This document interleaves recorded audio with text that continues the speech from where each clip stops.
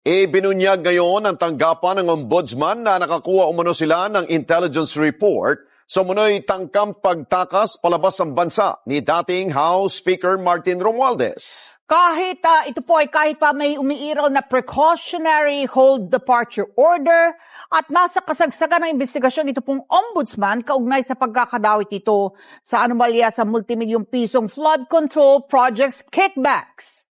At dahil dyan, nananawagan ngayon ang ombudsman sa mga law enforcement agency na may kontrol sa border security ng bansa na bantayan ang galaw ng dating House Speaker.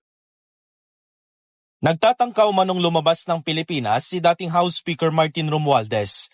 Yan ang natanggap na credible intelligence report ng Office of the Ombudsman kahit pa may precautionary hold departure order na inilabas ng Sandigan Bayan laban sa dating leader ng Kamara. The office calls on all relevant agencies to make sure that this does not happen. Let me make this clear. Nananawagan ng ombudsman sa law enforcement na may kinalaman sa border security para mabantayan ang galaw ng dating speaker. So kaya namin siguro nire-remind yung ating law enforcement agencies, pati na rin ang ating border control, to please watch out. Dahil malamang sa hindi niyan, lalabas ho siya sa informal channels at hindi sa formal borders natin. Hindi pa raw tapos ang ombudsman na mangolekta ng ebidensya at sa napipintong pagsasampa ng kaso laban kay Romualdez. Lalo pat ang plunder at money laundering complaint na inihahanda ng ombudsman ay iaakyat na sa preliminary investigation ngayong araw. Ibig sabihin, hihingan na ng counter affidavit o kontra salaysay ang dating speaker para mailatag nito ang depensa sa mga reklamong iniuugnay sa kanya na isa siya sa nasa likod ng maanomalyang flood control scandal. Kasama nito sa reklamo si dating Appropriations Chairman Elizalde Zaldico.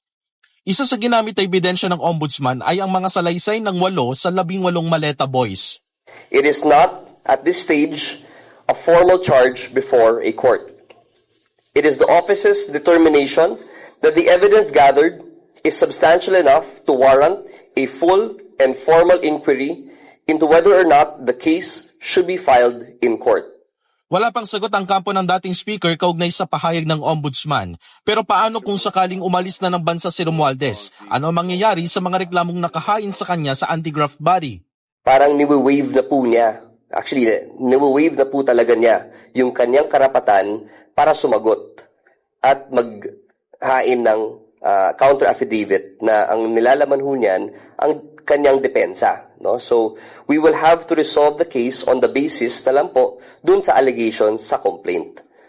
So, wala na po siyang chance to defend himself in this forum.